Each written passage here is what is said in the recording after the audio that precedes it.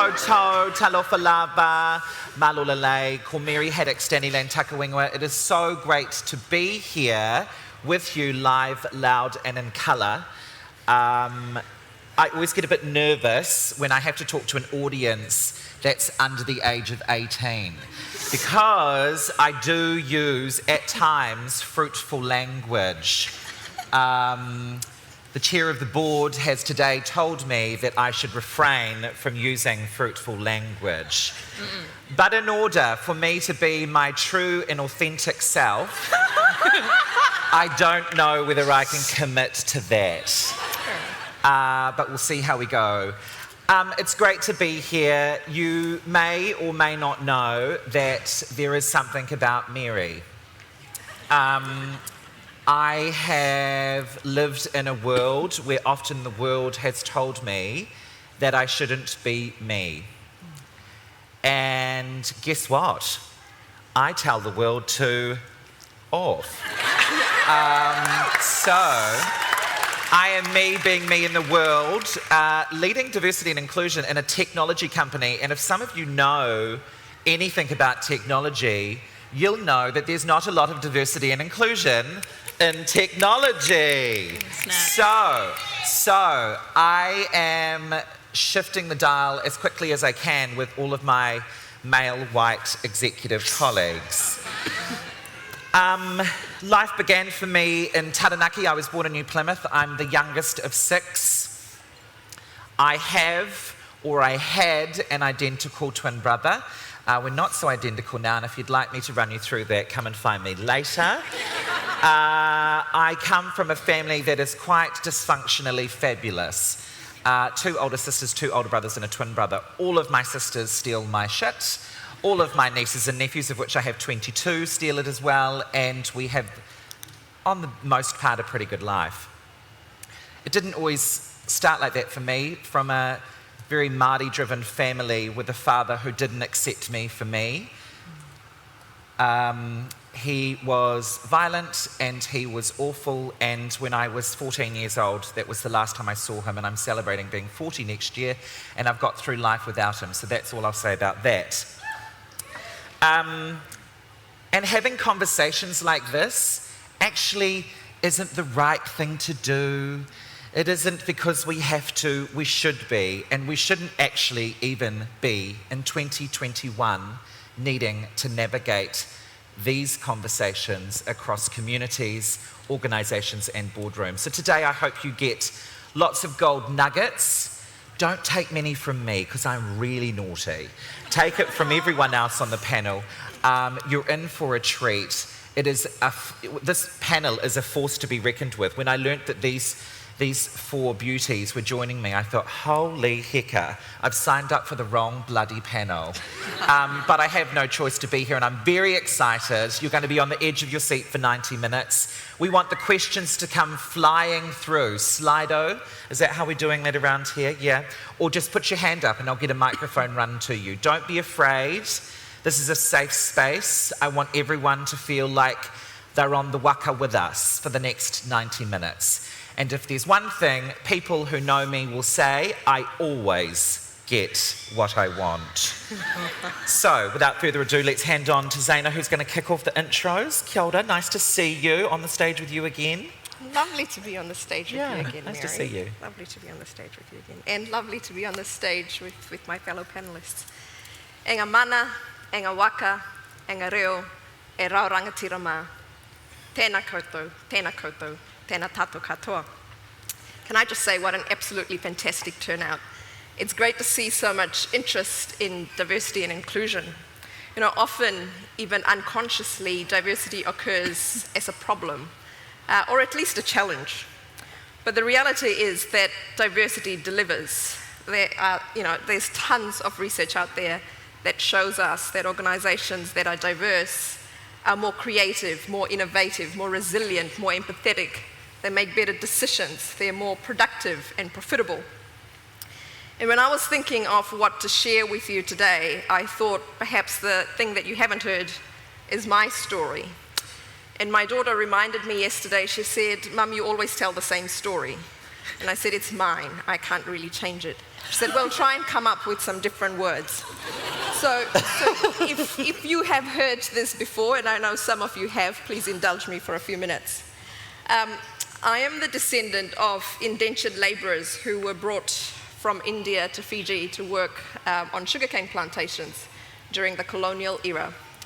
And anyone who's been on the receiving end of colonisation knows that a lot's promised and not always delivered. Enough said.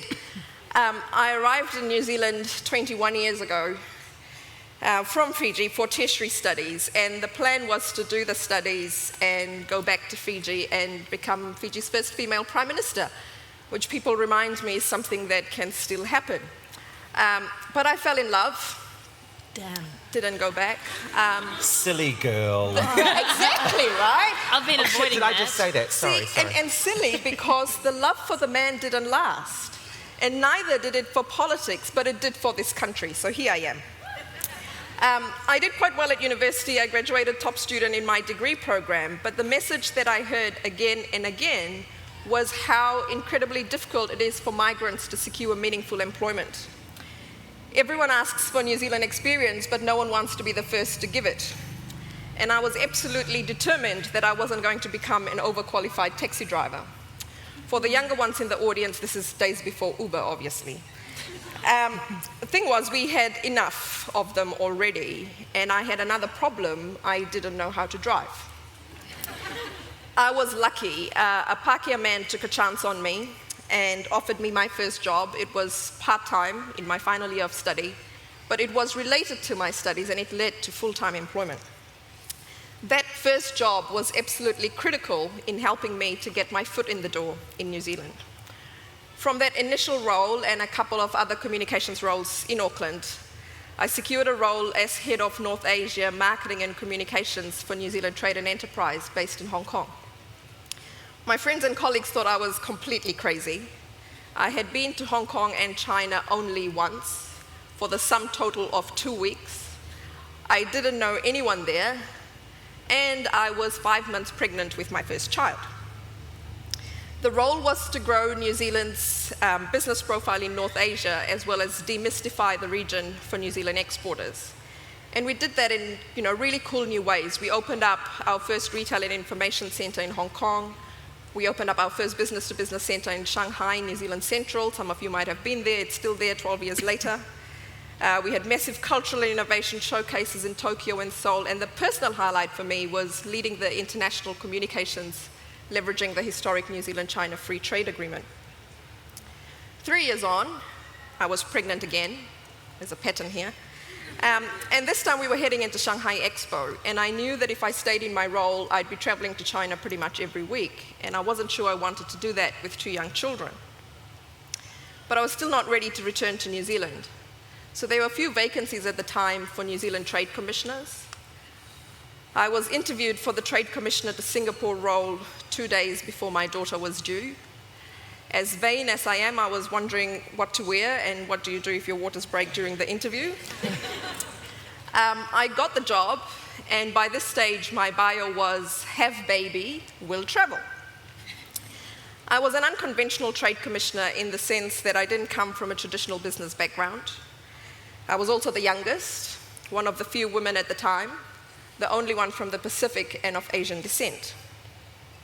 About 3.5 years into that job, and no, I wasn't pregnant again, I was headhunted by Education New Zealand to be their regional director for South Asia based in New Delhi, and within a year my region was doubled to look after Southeast Asia as well. And as someone who came to this country as an international student, I feel very strongly about how New Zealand education changed the course of my life. So promoting our education to governments, to prospective partners and students across Asia was perhaps one of the more rewarding and fulfilling jobs that I've had in my career.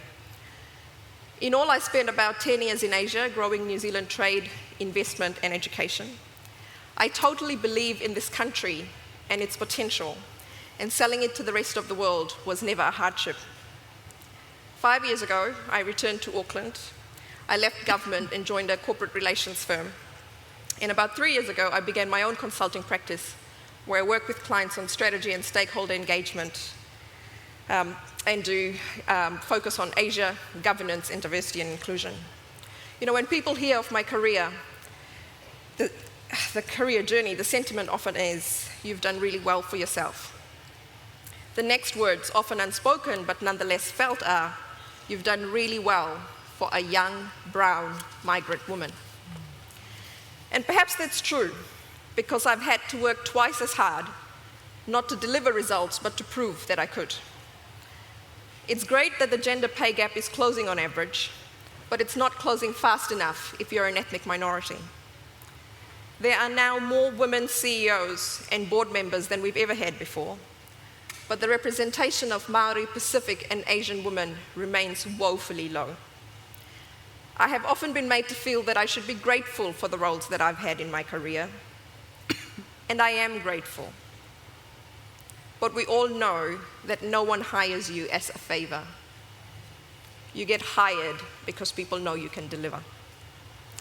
I felt the burden of the communities that I represent, because if someone from a dominant group screws up, no one stops hiring people from those groups. But when you screw up as a minority, there's a view that perhaps your entire community is not fit. Simply having a diverse group of people isn't enough if those people don't feel included, empowered, and able to contribute, if they don't feel they belong. You know, the typical approach to diversity is to record the number of people in each diversity box, you know, including gender, race, ethnicity, age, sexual orientation, ability, beliefs. And we are seeing more and more organizations reporting in this way. We're in such a hurry to put people into boxes, we miss the intersectionality that arises as a result of the multiple forms of diversity that we all represent. We also fail to see that people bring a lot more to the table than ticks in a box. Sadly, such tick box exercises continue today, perhaps even more so as recruitment panels are under more pressure to deliver diverse candidates. Tick box exercises manifest in other ways as well. It's what I call the dialer diversity approach. It's what happens when the few Maori staff in an organization get called again and again every time someone wants a paufiri or a karakia or a waiata, or when a woman of color is invited to speak on a panel to provide some color. A tick box approach also perpetuates stereotypes. We expect a token Pacific or Asian person to represent the sentiment of entire communities, communities which are very diverse. The same applies, you know, to people who identify with disabilities or gender minorities. One of the most common diversity and inclusion practices is to try and fix women or minorities, when what actually needs fixing is our systems. An example of this is sending women on leadership development programs. You know, leadership development programs are great, but women aren't the only ones that need them. In fact, if you look at political leadership around the world during a time of COVID, the countries that they did really well were the ones that were led by women. I remember giving a media interview at the age of 16 after representing the youth of the South Pacific at a UN conference in The Hague. This was the precursor to the Sustainable Development Goals. I was asked what my goal in life was, and I said I wanted to leave the world a little bit better than what I found. I don't think 16-year-old me quite understood the magnitude of what I was saying. Fast forward more than 20 years, and for me, leaving the world a bit better is about bringing equity and opportunity to those with diverse cultures, abilities, and experiences. That manifests in a focus on education and economic development, on New Zealand's relationship with Asia and the Pacific, and applying a diversity, equity, and inclusion lens to everything I do, from the clients that I work with to the boards that I sit on, the people I mentor, and the advocacy I engage in. You know, we are already diverse. There's no point talking about diversity. I wish for the day when New Zealand is the most inclusive country in the world. A country where my daughter is able to realize her potential in the same way as my son. Where my children aren't discriminated against because of the color of their skin. Where they don't lose out on opportunities because of the connections that their parents don't have. Where access to education and healthcare doesn't depend on your postcode or your ethnicity. That day is possible. We can all make it possible for all our people. Nō reira, tēnā koutou, tēnā tātou katoa.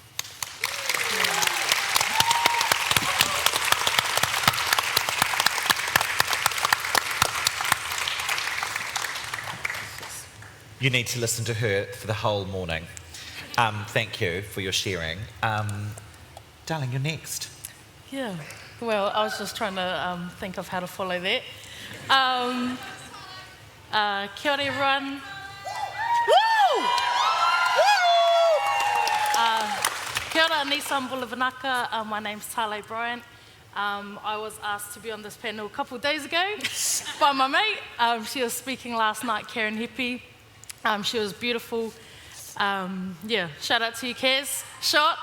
And just a big mihi to everyone on the panel. I'm really excited to be here. I was thinking for the past couple of days, what am I meant to say? Like, what do I have to offer? But after listening to you speak, my name's Talei. I'm 24 years old. I've got a few different jobs. They all started when I came back, when I started the Future Leaders program. So I'm here. So where's all my future leaders? Yeah, there they are. So I came to this program a few years ago in 2018. I was sitting down there in the back and I had heard Professor Mahana-Duri speak. And then he was talking about finding your fish, finding your passion, all of that. And just being in this festival and soaking it up, it really changed my mindset. So I'm from Whakatane. My mum, she moved from Fiji during one of the coups back when she was 12. And my father, he's second generation Pākehā. I just did the DNA test to see where we're from. England, Jerusalem, all these different places. So I was like, yeah, Kazi. And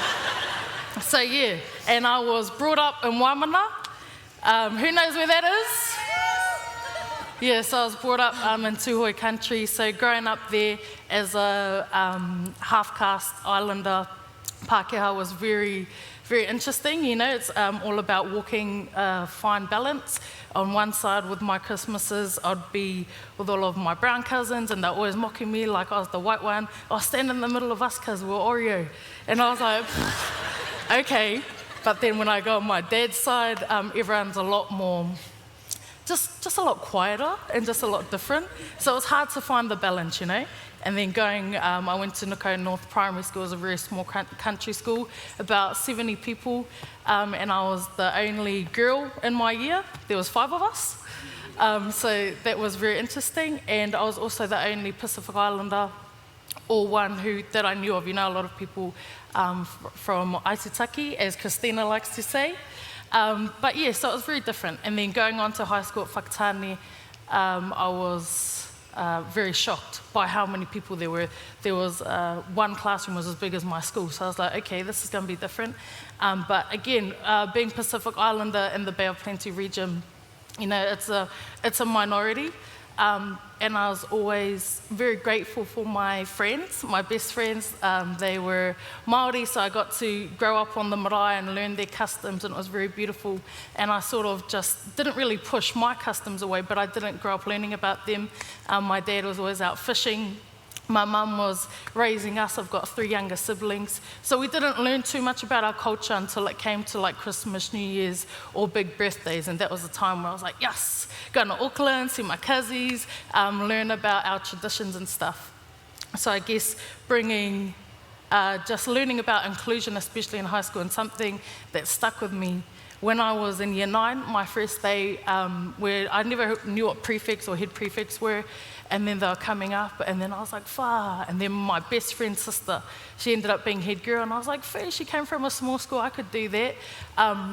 So that was my goal since year 9, and it wasn't because I wanted to be top dog or whatever, because I wanted to show my siblings and the people from the rural communities that we can aim for those sorts of positions, and it's not always going to be the high decile schools who are going to get in there. And also looking back, there was probably before me and my mate, there was a brown head prefect about 10 years before us, and then 10 years before them. So we wanted to start breaking that cycle and showing our young people, you can do it too. It doesn't matter the colour of your skin or if you come from the country or anything like that. And then 2015 was very great for me and my mate Mariko. He's half Samoan, I was the Fijian, and we cracked it. And we were like, yes, we did it. But I just want to thank you. I just want to bring that up because it was a really cool day for us. And I was walking to the cafeteria we had like a lunch on and all that. And one of the teachers stopped me and she was like, congrats, that's wicked. Anyone would look out on the sign, they'd put your name up for the head prefects and think you're a South Auckland school. And I was like, what? Like, what is that supposed to mean?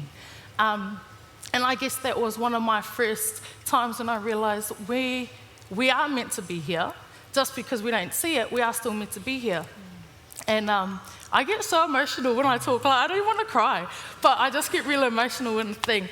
But after that, there were 2 more who were brown head prefects, and after that again. And every year since then, we've had someone of colour, and I'm just like, doing it.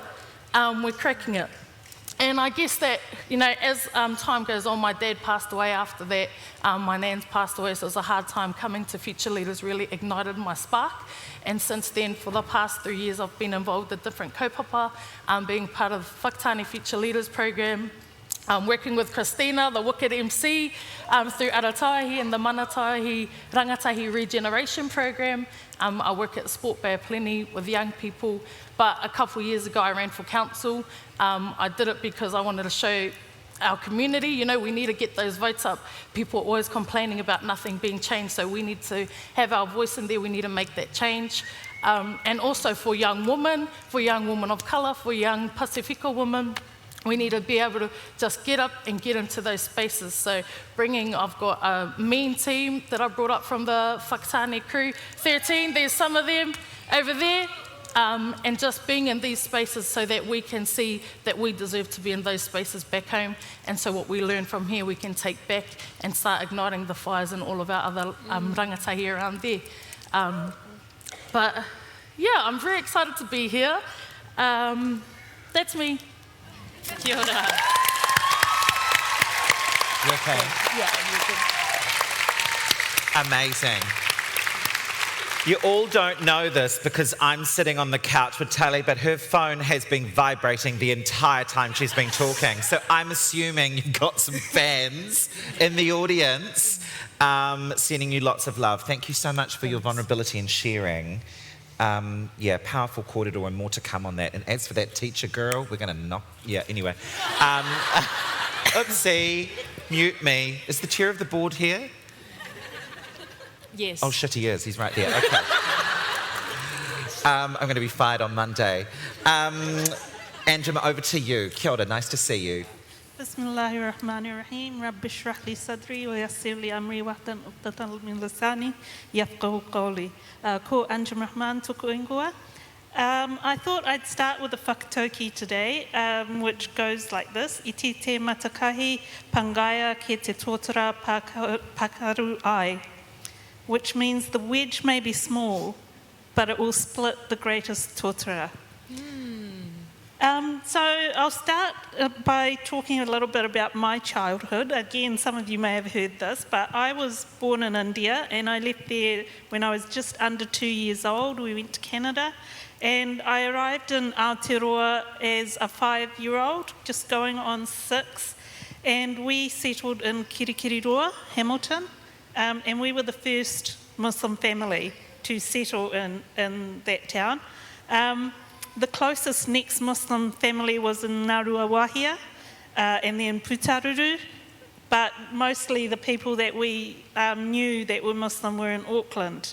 And when I went to primary school, I went to 2, and in the second one, I was the only kid that wasn't Māori or Pākehā. So there was like no Asians, Africans, Middle Eastern people. And, when I think about those days back in the 70s, I would walk down the main street, even the 80s, and go into cafe after cafe, and there was not a single vegetarian sandwich or roll or anything that I could eat. Forget about halal food, nobody even knew what that was. We'd have to go to Auckland to buy simple spices like turmeric and coriander powder and cumin and stuff that you all get in the supermarket now. And school for me was like really isolating. I didn't have friends. I was that kid that was always bullied for being ugly, for having a big nose, big feet, awful clothes, whatever. And I hope they don't do this in schools anymore. Please tell me they don't. But there was that thing where they'd pick a person, pick two people to pick a sports team, and then that person would then call on other people. Do they still do that? I'm so sorry. Please, when you advocate, make them stop doing that, because the kids like us that were always picked last, one, it's devastating. Secondly, we were never asked to be the team captain that got to pick the other kids, never. And the ballroom dancing shit, oh my God, please. Like, that was the worst. And back in my Get it, girl, get it. Get it. Back in my day, the boys had to ask the girls. Of course, I was always the last one to be asked. If there was uneven numbers, then I didn't get asked, so I had to sit down and watch everyone else dance. If I did get asked, all the other boys would laugh at each other, at the poor sucker that had to dance with me. It was just an awful experience. I mean, school was shit. I'm sorry, it was really hard. And I know that it is for a lot of people, and it has lasting impacts. I mean, for me, it was just that lack of confidence and belief in myself, and feeling that I had any value at all. And I still struggle with that. I still struggle with social situations, with small talk, with, you know, I used to, in my 20s, like literally my hands would shake if I had to go into a room full of people and I didn't know anyone. Even now I know I'm still struggling with some of those demons. And I didn't wear a hijab, I didn't dress like this until my mid-30s, because I had grown up wanting so much to fit in and to be part of the background and to not be noticed. And you know, I got to an age where it's like, and my dad tried to tell me when I was around 13, 14, he says, you can do what you like, you can talk like them, you can dress like them, you can do all the things they do, you will never be one of them. And you know how we are when you young people, I was like that too. Oh yeah, what does he know? What does he know about the world? He didn't even grow up here, what the hell does he know about here? He doesn't know, but he knew. He did know. And what he was trying to say to me is stop trying to fit in, just be yourself, you know. And it took me that long, it took me to my mid-30s to put on a headscarf and walk out in the world to be noticed. And it was hard. That was like one of the hardest things that I did. But I settled into it. I thought about why I was doing it. And when I was sure of my reasons, then I could step out with confidence. And that gave people around me confidence to be with me as well. And that made a lot of difference. And there's still the haters. There are always the haters. But yeah, I take your approach to them. Same language too. But here's the thing. Here's the thing. I had so many privileges. I had a safe and stable home. My parents still live in the house they bought in 1975, and that's the house I grew up in. I had parents who cared about me and who fought for me to get what I needed. I had the opportunity to travel. I didn't have to deal with poverty. We never had to worry about food. There was always food on the table, and all through my life I've not had to worry about not being able to afford housing, clothing, a car, petrol. I got a really good education. I've always had employment. I've not had to be unemployed. Language, I can speak the language of the country. I don't speak te reo, which is the official language, so that's on me. But English is the most commonly used language, and I can speak it and I can write it. I have citizenship. I have a world that's designed around my abilities, right? So, you know, it's not, I don't have cognitive disabilities, I don't have physical disabilities, I can walk, I can grasp concepts, I can deal with stuff.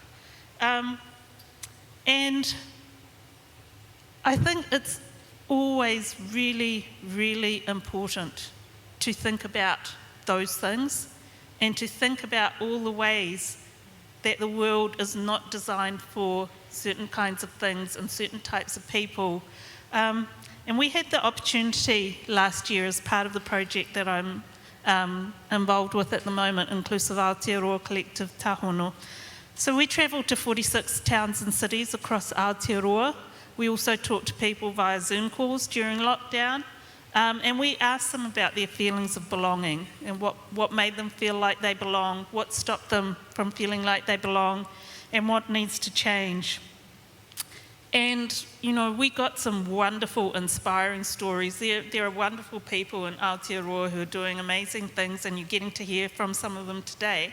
And some of them are sitting right here, by the way. But also, there were some really, really sad stories. And I think, for me, what really surprised me was how much I didn't know, how much I didn't realise about some of the things that people were living with. And simple things, like if you're living on the West Coast, you can't get to see a doctor because there aren't the doctors there isn't the health service there.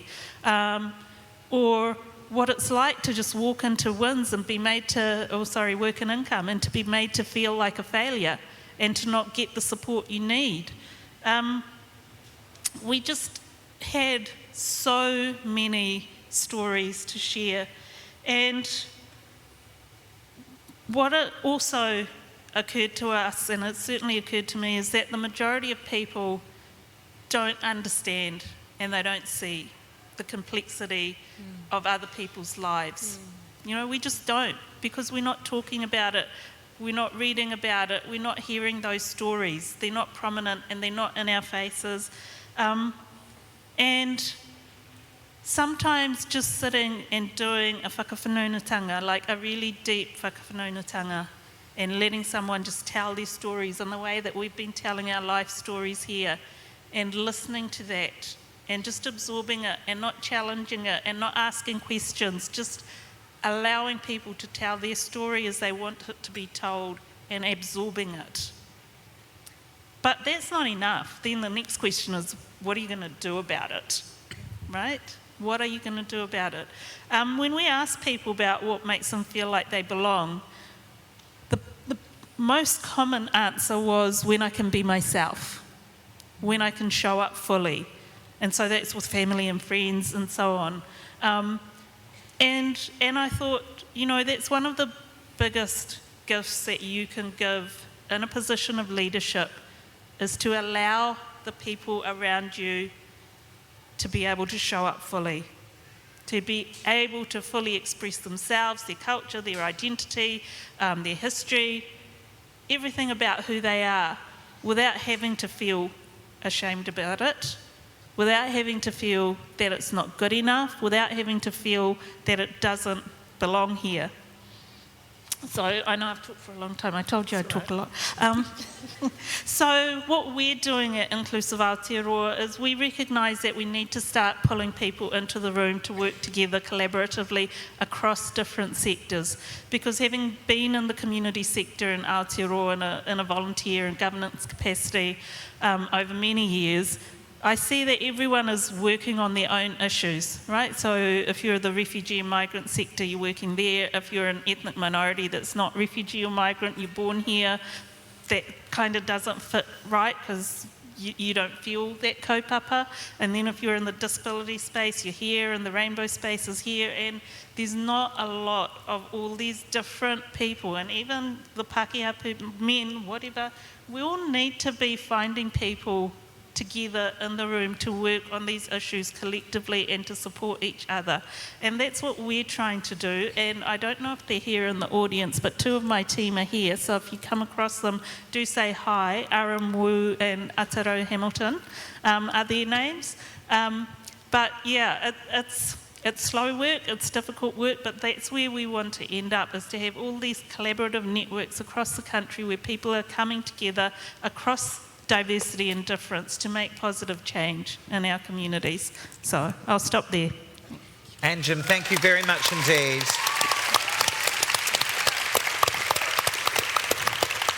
Lots of great wisdom coming from that chat too, which I'm looking forward to. And please keep your questions coming to slido.com using 233696. I feel like I'm doing the lotto numbers doing that. And last, but by no means least, hello, Miss Julia. Hello. Kia ora. I saw the bro down here. He's doing some like us, like some shadow boxing in the corner. And I was like, that's exactly how I feel.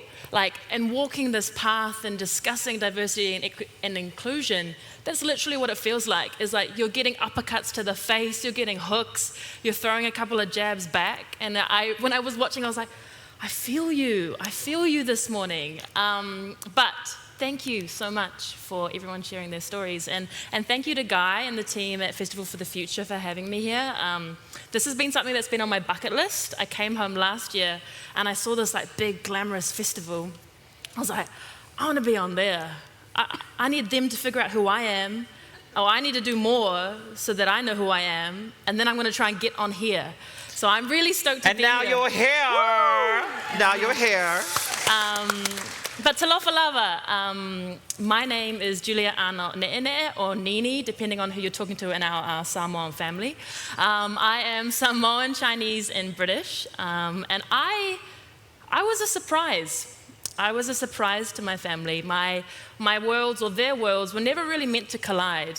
My dad was a strong Samoan Chinese rugby player, loved to be on the wing, loved heaps of charisma, very stereotypical in one sense.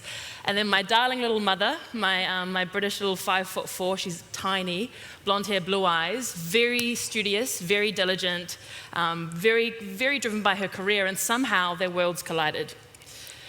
And I think they're still regretting it. And we've shifted from mistake into surprise, so I'm going to stick with surprise. But I'm 28 years old. My father descends from the villages of Tulaeli and Lalomanu. Shout out to Ria and my cousin Johanna here. And my mother descends from the faraway village, which is not a village, in Lincolnshire in England. So I am a buffet of all sorts. I'm still working through that. And one of the stories that I can think about in my primary school education was there was a cultural concert. There was a cultural concert, and all the kids were getting involved. And I originally went in with the Pacific group. And we were doing the sasa, and we were on the ground, and we were doing all the movements. And I was like, this hurts. I don't want to be here. So I, as my little primary school age, stood up and went and joined the Irish dancing group. Get out. The Irish dancing group, okay? There was Yes. 8 people in it. All of them were white. And then there was me. And I just waltzed on in and I was like, this looks like fun. Started jumping around, hands behind your back, shoulders back, very stern. And I was like, yeah, this is where I'm meant to be. And my mum invited my dad to the cultural concert. They don't even talk, okay? They do not talk, but she's like, I'm gonna set him up. So she invites him to the cultural concert, and out it comes, and here's the Pacific group, and he's just like, where's Julia? Where is Julia? Where is our daughter? And she's just like, And then out comes the Irish dancing group, and then it's like, yeah, wait. What is she doing in that group? And I'm not jumping around, smiling like anything. And I feel as though that's something that I've honestly been, the whole entirety of my life is this third culture, this third kind of state where I'm too brown for one room, too white for another. And I feel as though a lot of people today and tomorrow will be able to resonate with that more and more and more as we're becoming a more diverse society, and there's more surprises, parental surprises that kind of occur.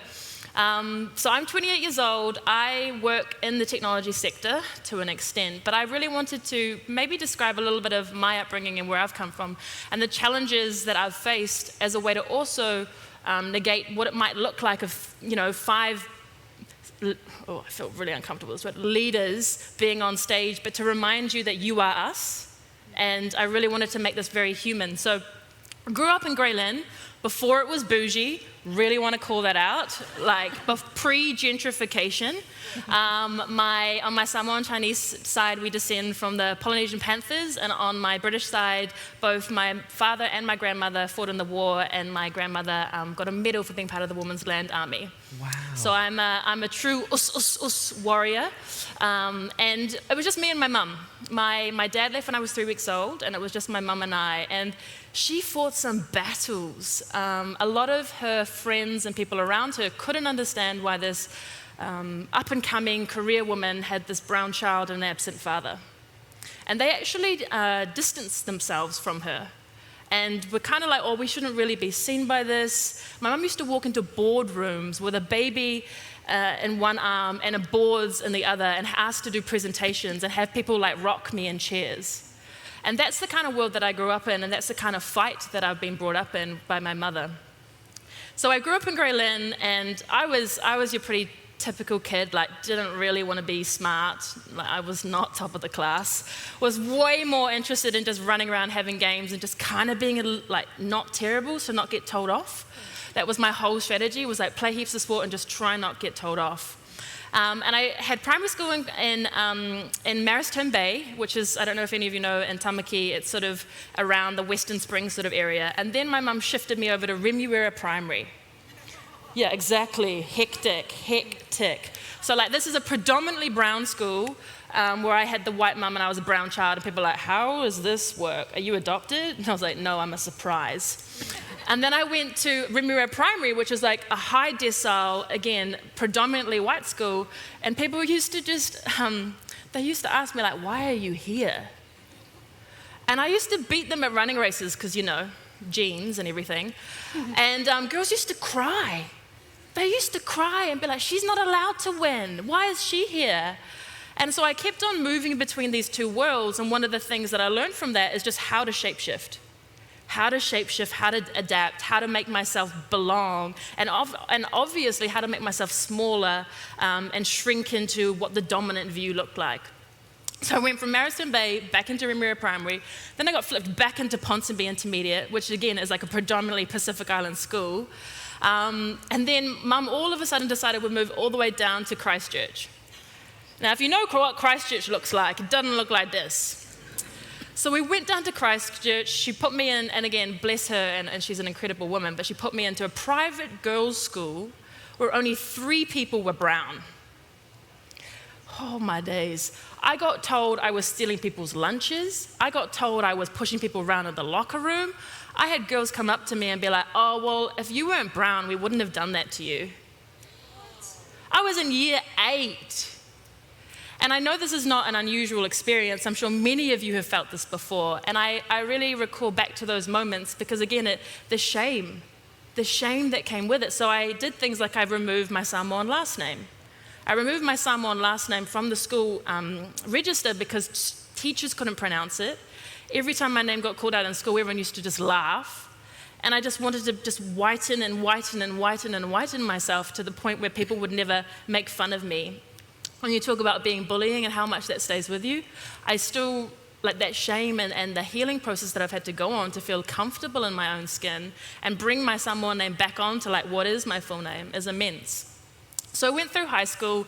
Again, I used sport as my way to like navigate my reports, which just said Julia is not reaching her full potential and she needs to learn how to manage her impulsivity, which I think just means I just used to talk shit all the time and, it is what it is. It got me to this point.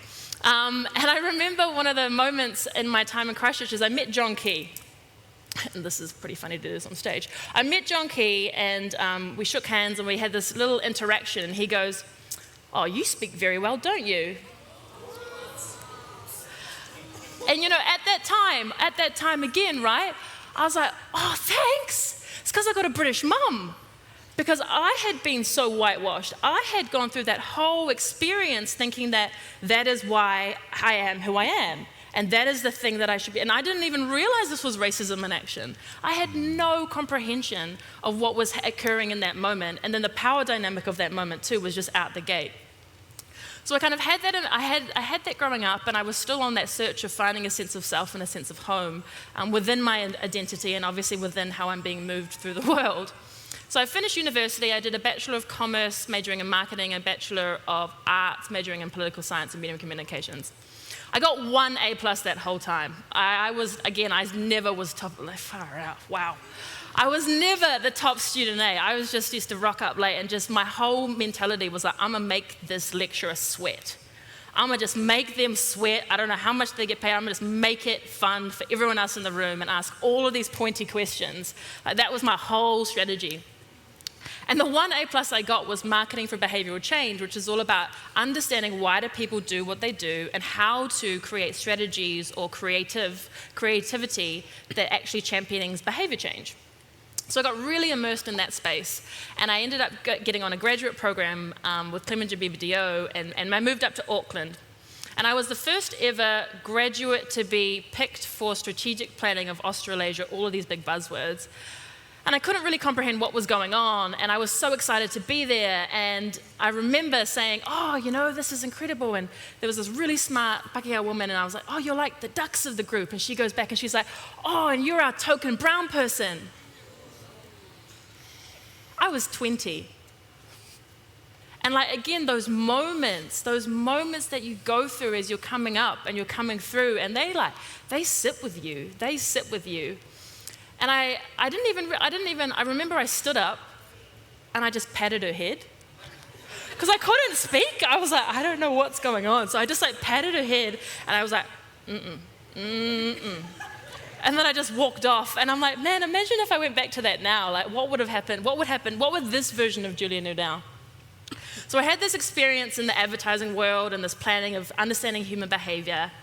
And it didn't fit right with me, because all it was like quite a morally bankrupt industry where you're trying to sell V-energy and sugary drinks to kids, and that's just not what all this intergenerational trauma was for, and sacrifice.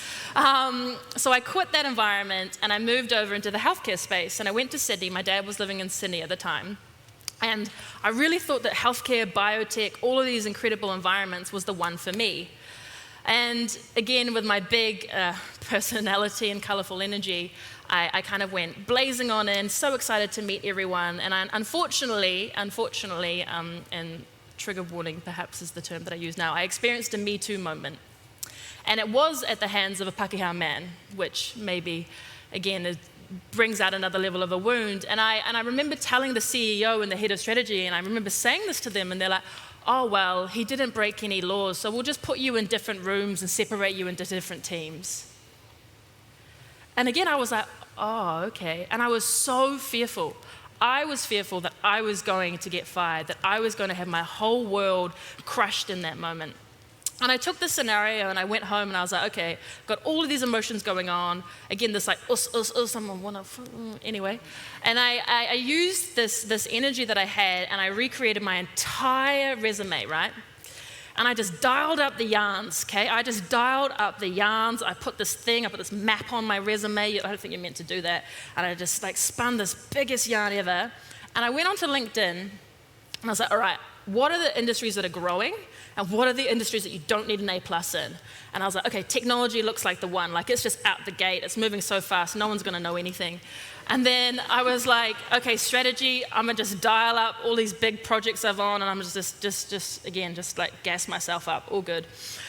And I literally looked up sector, technology, practice or skill strategy, where worldwide.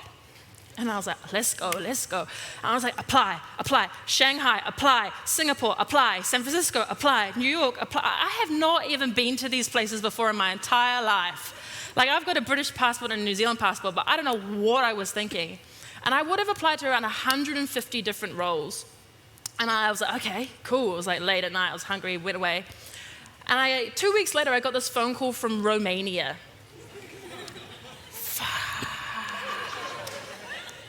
I don't even know where Romania is. Well, I don't... Isn't that where the Kardashians are from? No, okay, doesn't matter, sorry. Yeah, sure. Ooh. I just wanted some laughter, you're all there, good, just checking. And I was like, oh, Julia, what have you done? And I answered the phone and he's like, hello, this is the recruiter for Hewlett-Packard. I am calling about the job of Strategic Planner of United Kingdom and Ireland based in London. Oh, yeah. Yes, so I'm just calling because I would just like to know, why did you apply? Well, it didn't say you couldn't. And I had 6 interviews, it took 6 weeks and I got the job. At 24 years old, yeah. At 24 years old, I was moving my backside across half the way across the world. I'd never worked in technology before. I'd never worked in a big corporation before. I had no one that I knew over there, really. Like, my mum's British, but like, I'd never lived there. And I packed up all my stuff and I was like, what the flaming fool? Who was smoking some marijuana out in California when they hired me, but let's go. So I gapped it over there. And one of the things that I'd like to say to that is just how you cannot be found unless you put your flame up. Wherever you're going in life, and all those moments where I was getting uppercut in the face by all of these different people, like if I had let those moments dictate my future, I wouldn't be here today, and I wouldn't have got that out-the-gate job all the way across the other side of the world. So I was on 24, I was on a 6-figure salary, I don't know how that happened, and I was in this tech world, and I was like, oh yeah, again, all of this like vivacious kind of energy came through. And I started to recognize that the technology industry is built on progress for progress's sake. It's always trying to drive us forward as humanity, but it's not looking at the negative implications of that. So one of the big things that you'll see is the digital divide, the tech gap, but the other conversation that I think is not spoken about enough is the racist AI that we are creating. Yes, please. And what we're really doing is we're using the structural and systemic racism of the past and all of that data to feed into the algorithms that are going to dictate our present and our future. To give you an example, there was a soap dispenser that couldn't pick up a black hand. There's been conversations with Tesla and their self-driving cars and whether or not they're actually just going to hit black people. There's been a whole raft of different situations in the technology world that are looking at the fact that we are a racist human race, but all of these data points are dictating the future. And therefore, what is the role and responsibility of us to be actually putting some like moral implications to check whether or not AI is racist? So I've been overseas, I worked in tech, worked in London and California, I came home, got really, really concerned, especially for our Māori and Pacific communities, because for me, a lot of these implications of the industry is like a tsunami hitting the shores, but there's been no warning signs. So I came home, I now work at the spin-off as Director of Strategy and Insights. I've co-founded a social enterprise called People for People, which is all about championing digital empowerment and digital equity. I'm on a couple of different random boards and bits and pieces, but I'm still that same kid that has been having to figure out how to navigate these different worlds. And it is so hard. It is so hard to walk into a predominantly Pākehā boardroom and try and figure out how you're going to maneuver the situation if racism occurs or if injustices occur. What are the hats that you've got to play? How do you have to weigh up whether or not you being at the table is enough progress, or whether or not you're going to speak up and then deal with the negative implications of being kicked out of that room again? And so I would say that one of the biggest things that I want to talk about is, as we're discussing diversity and equity and inclusion, what's the role of these industries to ensure that they're safe whales for us to move into? What is the job that they need to do? What is the work that they need to do on themselves? And, yo, I see you, Aotearoa, I see you. Shot, sis. She should actually be here with me, but that's okay. That's okay. Another time. We've got a podcast coming out. Anyway, what is the role of industries and sectors to actually do their own self-work? Like, all of us are doing all this work on ourselves. We're getting mascotted left, right, and center. But I want to see the industries taking substantive and substantial steps towards ensuring that their rooms are safe for us to walk into. So rather than talking about us, I would much rather also open up the discussion of what is their job in all of this for rather than to see diversity as a way to give back. Like, I'm sorry, I'm not a piece of rubbish that you need to put in the trash can. But like, how about you look at this as actually deriving a collective, equitable future and justice for everyone. And this is not only the nice thing to do, it is the right thing to do. Cool, yeah, I think I'm done. Round of applause.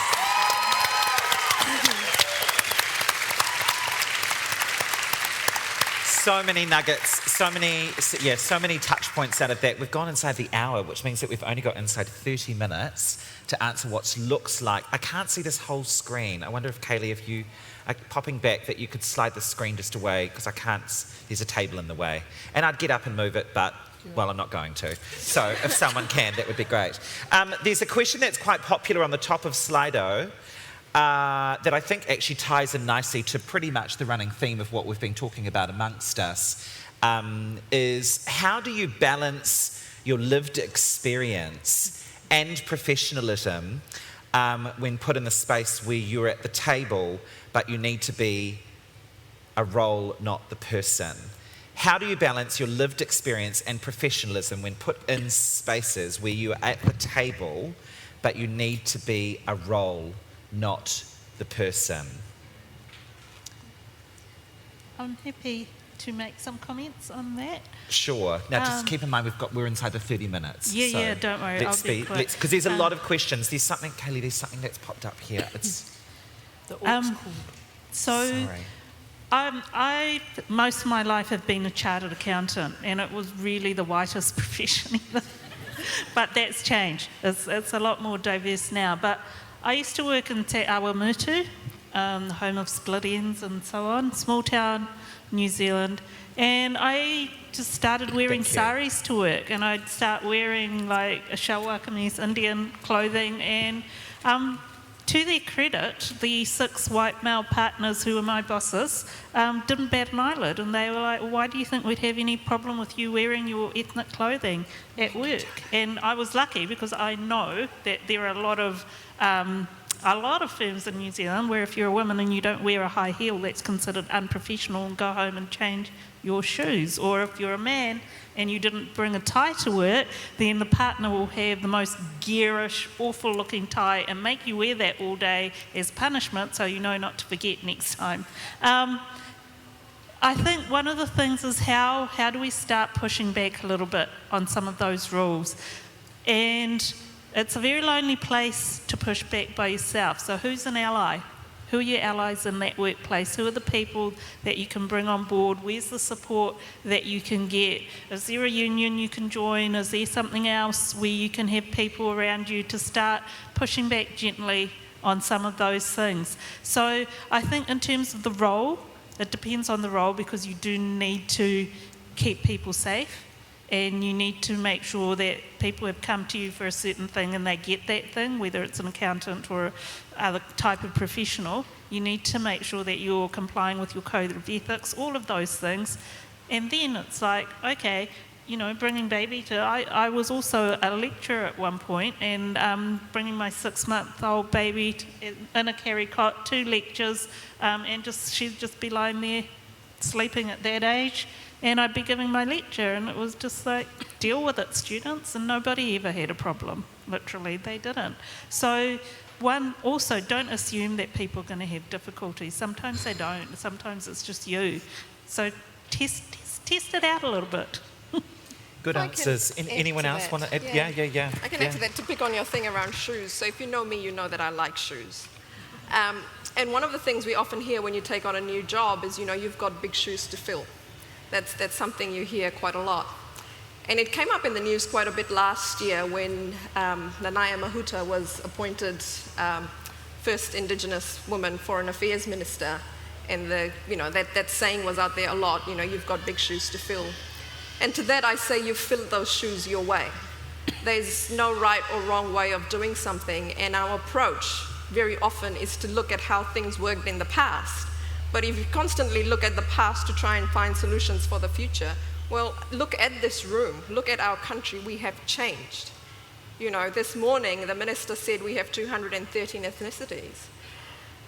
More than 40% of us identify as Maori, Pacific or Asian. I come from Auckland.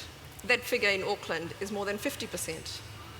You know, 25% of us weren't born here. In Auckland, that's more than 45%. Well, the solutions of the past are not going to work, so you do you. I remember when I first got appointed to the role of Trade Commissioner to Singapore, my first networking function, when I was being introduced, so at that time, this is going back about 10 years now, the Kiwi business community there was very blokey. And these were, you know, all the people that I would have to work with, all a lot older than me, mostly male, mostly white. And one of them said to my regional director, he said, well, at least your new Trade Commissioner dress is better than the previous one. And that's all that they could see. Fast forward 3.5 years, at my farewell, those same people were there giving speeches about the difference that I'd made for the New Zealand business community. And they'd also said to me, you've got big shoes to fill, because my predecessor had obviously done a good job. But they recognized that I'd done it my way. It was a different way, but it still delivered results, in fact, better results. So I think the thing there for me was, you know, sometimes when we go into this, especially when you are different, you know, it's quite easy to tell what intent people come with and whether the intent is to other you or they're just trying to make small talk and they really don't know you. And so take that initiative to try and introduce yourself and learn about them as well and get to know people as people, you know, their fears, their motivations, what's driving them, and not just as sort of colleagues on a team working on a project. Yeah, I don't know. I'm still fucking this one up, to just be real honest. There are times, again, talking about role and lived experience, I think if we zoom out and look at how did you get to that room in the first place, ensure that whatever engagement that you're interacting with, you've got some level of like, is this person legit an ally for me, or is this, again, a form of tokenization? Like, test that out for yourself. Take it a next step over. How is your cup today? Some days you've got a full cup and you're ready to just, you know, and you've got all your words on point and you are laying it down, and other days you're just feeling hurt. You're just feeling hurt. And I always go back into like checking in with yourself, because it is like the Olympics when you're trying to balance your role and your lived experience. It is like the blimmin' Olympics, because you've got to navigate so many different layers. And so check in with yourself. How much do you have in your cup to take this on? Another thing is, again, allyship. Who's around the table that can come with you on that journey? Where are they going to stand in on this? And two, are you calling out or are you calling in? You know, there is that kind of a concept of, yeah, calling out can work sometimes, and cancel culture, you know, there's a lot of contentiousness around cancel culture, but how too are you going to call in and even shift the question of, what lens are we using to understand this problem from? What community are we representing when we're speaking about this? Is this the community of the solution that we're looking to solve for? Are their voices being heard? What other voices are not being heard at the table today? So almost ask probing questions that brings to light that the room is racist without saying, this room is racist. So those are kind of some of my strategies to think about. But yeah, I'm still trying to figure this one out. It's really, really tough. So whoever sent that question, I feel you, and I'm here to work that out with you. Yeah, I mean, pretty much the same as what everyone has said. In my experience, both publicly, privately, and professionally, I think that I've always had allies and advocates that have supported me. I've thankfully, in the last 3 roles that I've had, been headhunted, so I've had no shoes to fill, honey. They've had to fill mine when I've buggered off. So I want to continue trying in my bit-by-bit way to call out, call in, and hold everyone I have in my stratosphere to account. I don't suffer fools lightly. I don't care who you are. In my last role, which we were government funded, the national body for workplace diversity and inclusion, I would go into organisations and tell CEOs they were making mistakes. Positions of influence and power come from the top. And I've got, across the public service and private sector, chief executives who I'm still in touch with today, wanting to do the right thing. They often just don't know how. And they don't want to make a mistake. They don't want to upset, but they say the wrong things. It gets in the media, the Dominion Post run it, and it's a disaster. And so, you know, let's not beat them up too much if they are acting with the best intentions. If they're just being, you know whats, then boom. We're going to go and see them. Oh, yes. Okay, we've got so many questions and such little time to get through them all, so we're going to talk really, really quickly to get through them, yeah? Kia ora panel, can you provide examples of companies, ideally New Zealand-based, that have fantastic and public diversity and inclusion policies? I'll probably take that first, given the last role I had. There are so many. Not one organisation, I think, is a square peg round hole scenario. You've got to know your people, you've got to understand the metrics that sit inside your organisation, gathering data to understand what your organisation is made up of, to then fit the best policies around your people. Don't expect to roll out a policy that's just going to fit everyone, because that's just not going to happen.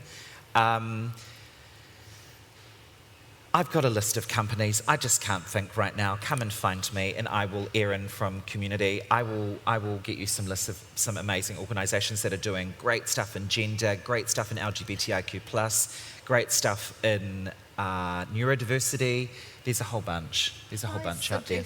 Look at the Diversity Works website for case I wasn't going to studies. plug them because I used to work there, but yes, I can you can do that. plugging. Thanks. There's another organisation that doesn't just work for itself. So some of you here, and the young people, particularly in the room, Māori Pacific young people, might have heard of Tuputoa.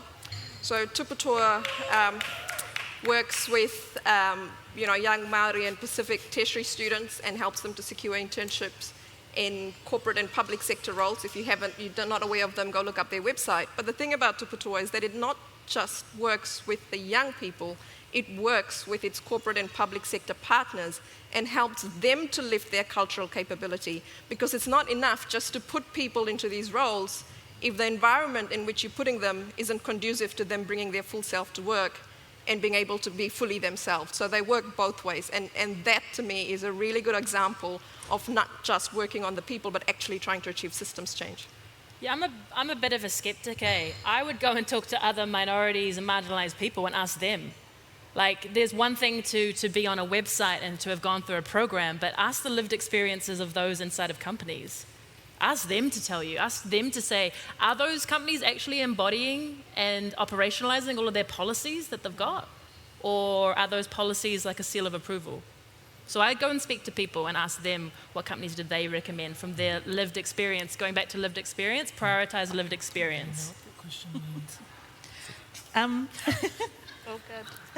I can hear you, Aotearoa. I'm going to make a plug for the not-for-profit sector here.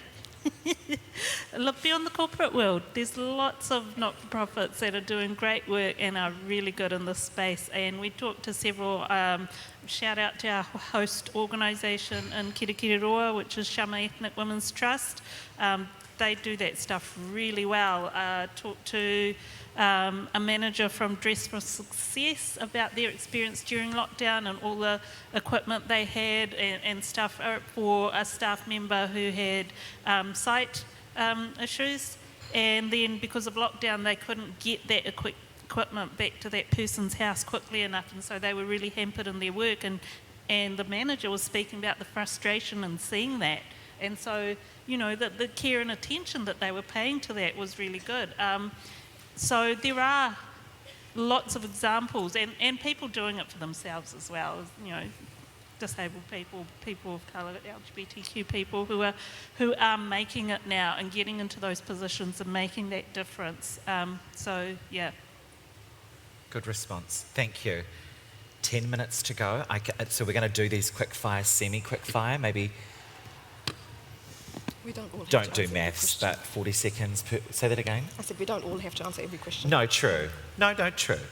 D&I has chucked around a lot in corporate policies, especially last year with Black Lives Matter movement. How can we change from D&I to true partnership? This is a heavy one. I'd love to take this one. Sure. Because I think, so much of D&I is the discourses around the benefits of diversity, the benefits of inclusion and lower staff turnover and better productivity and creativity and better customer service. And the thing is, when we think about this stuff, it's about changing the way we think about it. What if it had no benefits? What if it costs? And it does cost. What if you have to put a lift in your building because the stairs is not enough and your building is not accessible? What if you know, like you have all these diverse people and you have culture clashes and so on. There are so many ways that this stuff costs. And I think that the real answer is going back to the why. It's always your why. Why is it that you want to have more diversity and inclusion? If your why isn't about people and the fact that people matter, and if you're not committed to that value, then you don't, you know, you're not going to last that journey. And so if we really, that's the thing, to me, one of the places to start is really pushing at those cultural values within an organisation and really having those discussions about the why before you have the discussions about the how. The other thing to do is also just do it. You know, and so much of, you know, and that's more at the grassroots level in an organisation, just start doing it as well. And so like with te reo names and stuff, like now I just say Kirikiriroa and then I tag on Hamilton, and it's like we don't have to wait for the board or whatever and go through the city council and do all this shit to try and get the name changed. Just use it, just say Aotearoa now, just start doing it, and then it starts becoming normalised too. Talei? Are you sure? Are you sure? Okay. Is there a question here that we can get you to answer? Because you're sitting here on the edge of your seat waiting to answer one, I can tell. Maybe the bottom comment. That's worthy of sharing. Oh, yeah, I was looking at that one. Yeah.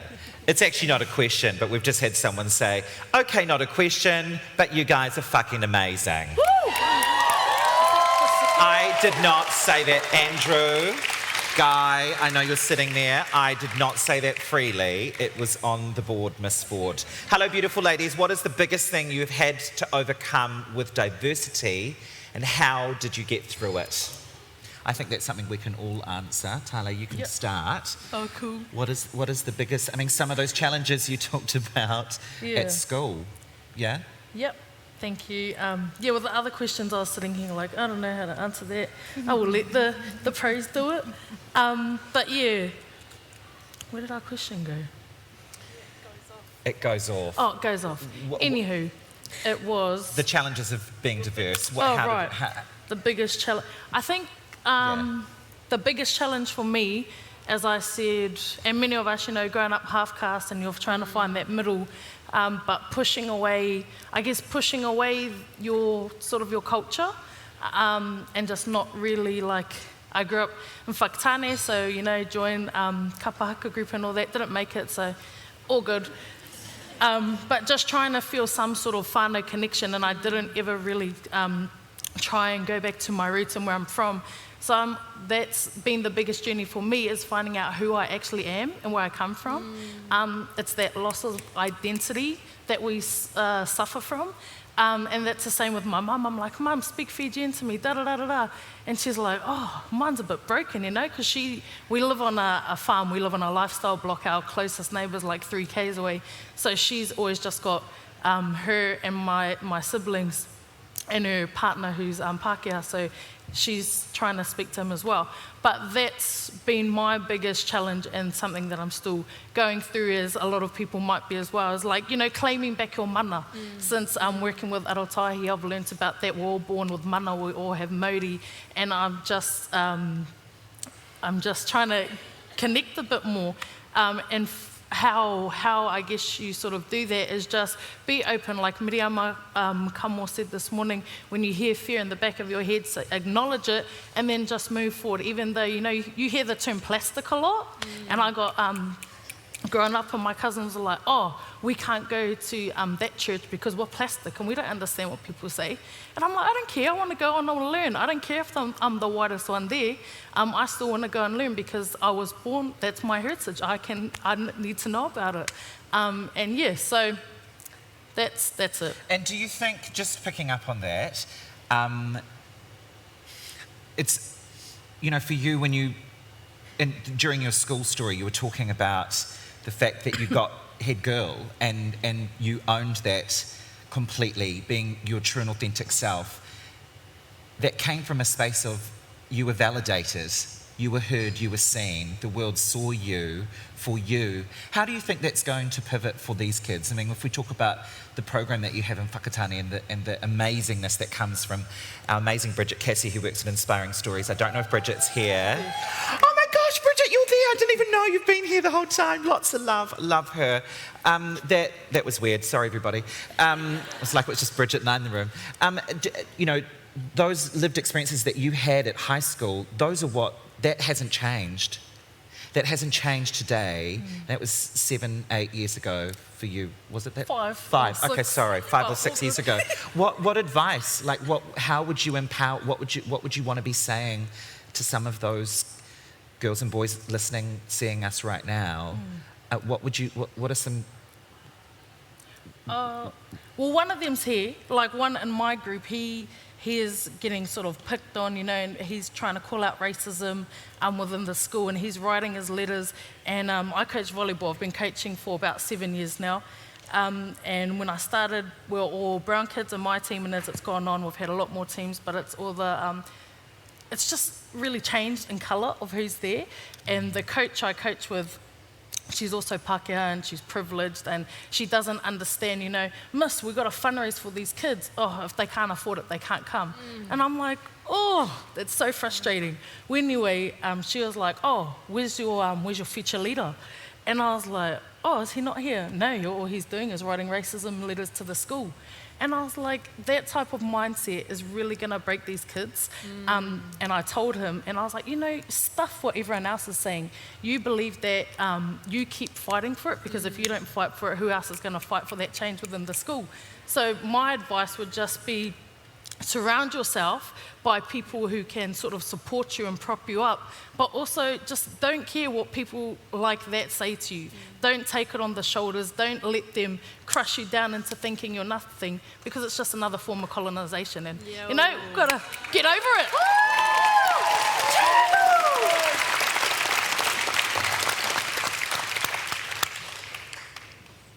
Yes, and actually, you know, the institutionalisation that sits inside this country and how poorly Māori, Pasifika and many other minority groups, there are many dimensions within the diversity ecosystem. There's a lot to be answered for, and you're right, those kids don't ever think that your voices shouldn't be or can't be heard and seen, because you are a walking and talking example. In fact, all of us on the stage are a walking and talking example of that. How can we help people overcome intergenerational trauma and be more inclusive in our outreach process? Wow. With 4 minutes until 12:30. Go, Julia. You know, I don't think, when the briefing call that we had earlier this week with everybody, 90 minutes is so long for a panel.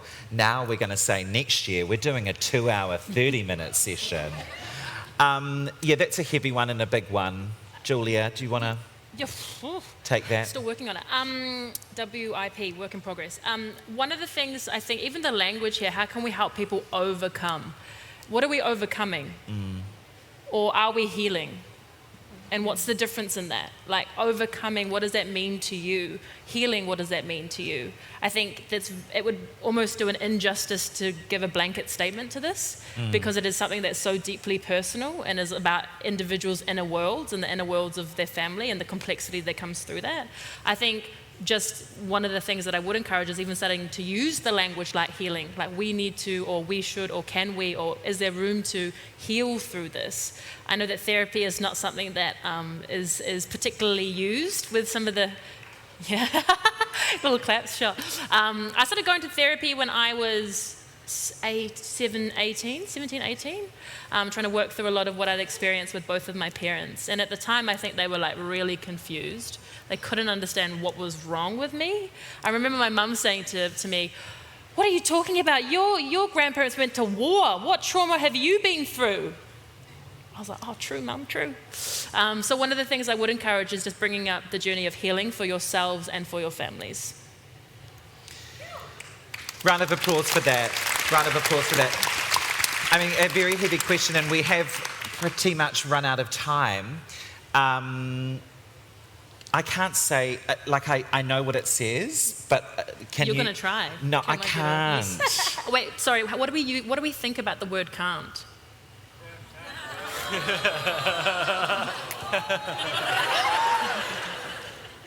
Andrew, Guy, say something. Do you know what the thing is for me? This is the thing. I look at that word and I got married in Samoa.